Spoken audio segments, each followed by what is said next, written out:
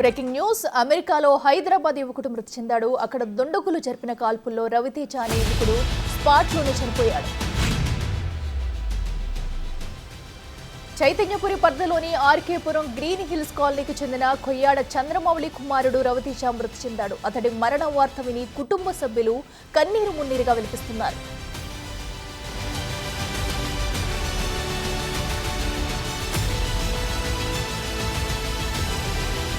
2022 మార్చిలో అమెరికా వెళ్లిన రవితేజ మాస్టర్స్ పూర్తి చేసి ఉద్యోగ అన్వేషణలో ఉన్నాడు. వాషింగ్టన్లో దుండగుల కాల్పుల్లో అతడు అక్కడికక్కడే మృతి చెందాడు.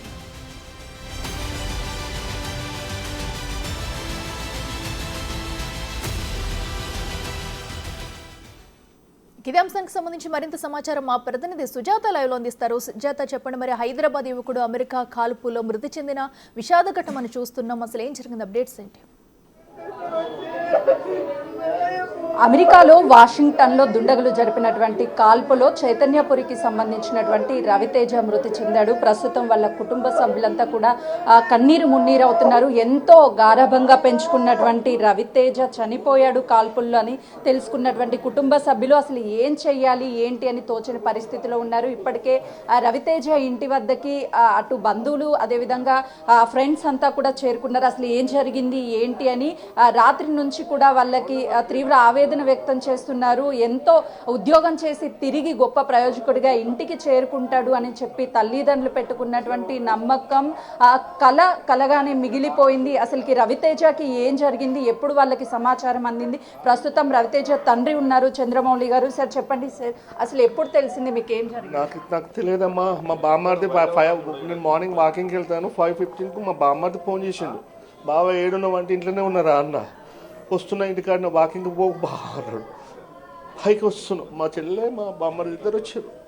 గీడికి వచ్చిన తేజని ఎవరో ఇట్లా కాల్చేదట, చేయికి దెబ్బ తాకింది బావా అని చెప్పిండమ్మా. నాకు అర్థమైపోయింది. మా ఊడికి ఏ చిన్న ఇన్సిడెంట్ 2 times టైర్ పంచర్ అయినా నాకు కాల్ చేసి చెప్తాడు. నాకు కాల్ చేయాలంటే నా కొడుకులు తెలిసిపోయింది. నాకంటే నాకు ఇప్పటిదాకా కూడా ఇప్పుడు ఫోటో చూపిస్తారు. అంటే ఎప్పుడు వెళ్ళారండి అమెరికా? ఎప్పుడు వెళ్ళాడు బాబు? 22లో. అంటే చివరిగా ఎప్పుడు మాట్లాడాడు? ఎందుకు వెళ్ళాడు అసలు అమెరికా? అంటే స్టడీ ఎంఎస్ కంప్లీట్ చేసిండు. ఎంఎస్ కంప్లీట్ చేసిండు. జాబులు కూడా లేకుంటే టెంపరరీ చేసుకుంటున్నాడు. మార్చిలో వస్తే డాడీ, మార్చిలో ఖచ్చితంగా సార్ 4 days వర్క్ చేస్తాడు, 3 days ఇంట్లో ఉండి జాబ్స్ గురించి సెర్చ్ చేసుకుంటున్నాడు. మార్చిలో ఖచ్చితంగా కొడతాడు డాడీ, నీ కళలన్నీ నెరవేరుతాడు. కళ్ళల్లో మారిపోయాడు. నాకు ముందర నడవాల్సినోడు వాడిని ముందర నన్ను తీసుకుపోతుంటాడు. దేన్ని చేయడం చెప్పుకోనమ్మా. అమ్మా చివరిగా ఎప్పుడు మాట్లాడాడండి బాబు? నిన్న మార్నింగ్, అంటే నేను వాకింగ్ పోయి వచ్చిన తర్వాత కాల్ చేస్తాడు. ఇట్లా నేను నల్గొండకు పోతున్నా, నిన్న ఒకటి ఫంక్షన్ ఉండి ఆడ పోతున్నా అని చెప్పిన వెళ్ళిపోయినా. నాకు పొద్దున్న రేపు చేస్తలే డాడీ అన్నాడు. వాళ్ళ మమ్మీతో మాట్లాడతాడు రోజు. వాళ్ళ మమ్మీతో ఆమె ఫోన్ ఎత్తలేదంటే నాకు ఫోన్లకి చేస్తే ఎత్తి మాట్లాడతాడు. ఇంత ఘోరం అయితే తట్టుకోలేదమ్మా నేను. మమ్మల్ని ఒక స్టేజ్కి తెచ్చింది ఇప్పుడే. కానీ స్టేజ్ని నిన్న 10 అంటారు చూసినావు, మాట అంటారు, ఆడతారు చూసినా, నీ చెల్లెకి ఎక్కి లాస్ట్ స్టేజ్ తీసుకొచ్చిండు. గుంజ చేసిపోతుండమ్మా. నాకు కింద పడేసి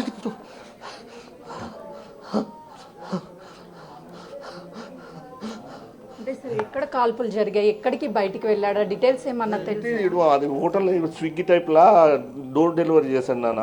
అంతవరకు కానీ రోజు రెగ్యులర్గా కాల్ వర్క్ అయిపోగానే ఇంటికి పోయేటప్పుడు కాల్ చేసుకుంటే ఇంటికి వెళ్తున్నా తిన్నదాకా మాట్లాడతాడు. పెట్రోల్ కొట్టించుకుని ఇంటికి ప్రతి ఒక్కటి ఈవెన్ డ్యూటీ దిగగానే ఫోన్ చేసుకుంటూ వస్తాడు, ఇంటికి వస్తాడు. నేను అసలు నాకు ఇన్సిడెంట్ తెలియకపోతే నాకు మళ్ళీ కొద్దిగా 8:30కి మాట్లాడతాడు. 8 to 8:30కి మాట్లాడతాడు రోజు. ఏం చెప్తూ ఉంటాడు అంటే జాబ్ ఖచ్చితంగా కూడా కొడతా, మార్చి వరకల్లా నేను కొడతా డాడీ, నాకు మీరు మళ్ళీ మమ్మీ ఊకే సతాయిస్తుంది. వాడికి ఏమైందిరా, ఈయన ఫోన్ చేసినావా నేనంటే, నువ్వు వాడు కొట్టుకుంటాడు, నీకు ఆ సమస్య ఏం లేదు, నువ్వు తను టెన్షన్ పెట్టకుండా నన్ను టెన్షన్ పెట్టకని చెప్తాను నేను. కానీ టెన్షన్ పెట్టిపోయాడా, టెన్షన్ పెట్టిపోయాడు. మార్చిలో బాబు తిరిగి ఇంటికి వస్తాడు, జాబ్ ఖచ్చితంగా కొడతాను నాన్న అని చెప్పేసి చెప్పినటువంటి రవితేజ ఇక లేడు అని చెప్పేసిన వార్త వినడంతో ఒక్కసారిగా తల్లిదండ్రులు కుప్పకూలిపోయారు. వాళ్ళ తాతయ్య ఉన్నాడు. ఆ ఆవేదన అంటే చిన్నప్పటి నుంచి పెంచుకున్నటువంటి ఆ బాండింగ్ అనేది వర్ణాతీతం అని చెప్పాలి. కళ్ళ ముందు పెరిగినటువంటి మనవడు ఒకసారిగా కనీసం చూసుకోవడానికి కూడా దగ్గరగా లేనటువంటి పరిస్థితి ఉంది. ఒకవైపు తన ఆవేదన చెప్పండి, అంటే ఎప్పుడు మాట్లాడాడు మీతో మీ మనవడు? మూడు రోజుల కింద మాట్లాడిండు అమ్మ. 3 రోజుల కింద మాట్లాడితే నాకు ఆపరేషన్ అయింది. ఆపరేషన్ అయితే తాత ఎట్టున్నది అని అంటే మంచిగానే ఉన్నాయా నేను అంటే కుట్లు గిట్ట మాన్యా అన్నాడు.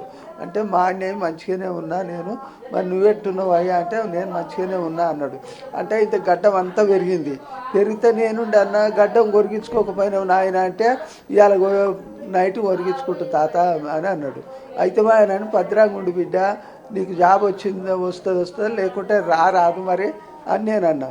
ఎందుకు తాత మార్చిలో వస్తుంది నాకు జాబు, నేను వస్తా, జాబ్ వచ్చినాక వస్తాను అంటే జాబ్ వచ్చినాక దాకా రానియరట కదా అని నేను అన్నా. అంటే ఎందుకు తాత నేను వస్తా అని అన్నాడు. అదే చెప్పింది నా కొడుకు, నా మనవాడు అదే మాట్లాడిండు. అంటే ఎంతో ఇష్టంగా మీరు రవితేజ అనే పేరు కూడా పెట్టుకున్నారు అన్నారు. నేను తేజ అని పెట్టుకుంటే వాళ్ళ నా తాత పేరు రవితేజ. అయితే రాములు అని ఉంటే రవితేజ అని వాళ్ళ నాయన పెట్టి నేను తేజ అనే పిలిచేది నా అయ్యని. ఎప్పుడైనా రవితేజ అని పెట్టాం. అదేనమ్మా నా కొడుకు, నా మనవాడు ఎంతమంది ఈ కోటు కూడా ఆయనే పంపిండు. తాత అంటే ఎందుకయ్యా గంత రేటు పెట్టి కోటు పంపినావు ఎందుకయ్యా అంటే ఎందుకు తాత తొడుకోరాదు నువ్వు అని అన్నాడు. అదే చెప్పిండు నా కొడుకు. నా మనవాడు ఇట్టయితే దాన్ని ఎరకలేదు నాకు, లేకుంటే మంచిగా ఉండు నా వాళ్ళ అమ్మ నాయనగా బయటపడ్డారు, మంచిగా బతారు కదా అని అనుకున్నా. బిడ్డ పోయింది, కొడుకు పోయింది, ఇద్దరు మంచిగా ఉంటారు కదా అని, కుటుంబం మంచిగా అవుతుందని నేను ఈ బాధ పడ్డానని ఇట్ట అవుతుందని ఎరకలే నాకు. అంటే ఇప్పుడేమో మీరు ఇక్కడ ఉన్నారు, అతను రవితేజ అనేమో మృతి చెంది అక్కడ అమెరికాలో ఉన్నాడు. బాబుని ఎప్పుడు తీసుకొస్తారు ఏంటేమన్నా చెప్పారు ఎవరైనా? ఎవ్వరు చెప్పలేదమ్మ. ఇంకా ఇప్పుడు మా వాళ్ళు ఉండరు ఆడ, వాళ్ళు ఇప్పుడు ఇది ఏరుకుంటుర్రట ఆడికి. ఇంకా ఆడికి అంత మా కొడుకు చేరుకుండు. మళ్ళీ ఇప్పుడు రవితేజలో చెల్లెలు కూడా అన్నీ ఉంది, ఆమె కూడా పోతుందట విమానాల ఉందన్నది. అదే తెలిసింది, ఇంకా ఏం తెలియలే మాకు. ఎట్ట కాల్పులు జరిగినాయి ఏం కథ తెలియలే. ఇంకా అది ఏడియా గురించి రావాల్సిందే మాకు, మీ గవర్నమెంట్ నుంచి తెలియవలసిందే. అంతవరదాకానైతే మాకు తెలియదు అది ఏం కాల్చిందో ఎట్ట చేసిందో. అంటే ప్రస్తుతం అయితే రవితేజ మృతి చెందిన తర్వాత కుటుంబ సభ్యులకి ఇన్ఫర్మేషన్ అక్కడ రవితేజకి సంబంధించినటువంటి సొంత చెల్లి ఉండడము, దాంతోపాటు వాళ్ళ కుటుంబానికి సంబంధించినటువంటి వాళ్ళు కూడా కొంతమంది అక్కడ ఉన్నారు అని చెప్తున్నారు. అయితే అసలు డెడ్ బాడీ ఎప్పుడు తీసుకువస్తారు ఏంటి అని చెప్పేసి పోలీసులు ఎలాంటి సమాచారం ఇచ్చారు ఏంటి అని అడుగుదాం. సార్ చెప్పారా అసలుకి రవితేజకి సంబంధించినటువంటి డెడ్ బాడీ ఎప్పుడు వస్తుంది ఏంటి అని? ఏం లేదండి, ఇప్పుడు మాకు ఈ బాధలో ఉన్నాము. మా చిన్ననాటి స్నేహితుడు వాళ్ళ నాన్న చంద్రమౌళి అయితే అబ్బాయిని చాలా కష్టపడి చిన్నప్పటి డ్రైవింగ్ చేసి చదువులు చదివించి యుఎస్ పంపించాడు. ఒక కొడుకు ఒక అమ్మాయి, ఇద్దరు యుఎస్లోనే ఉంటారు.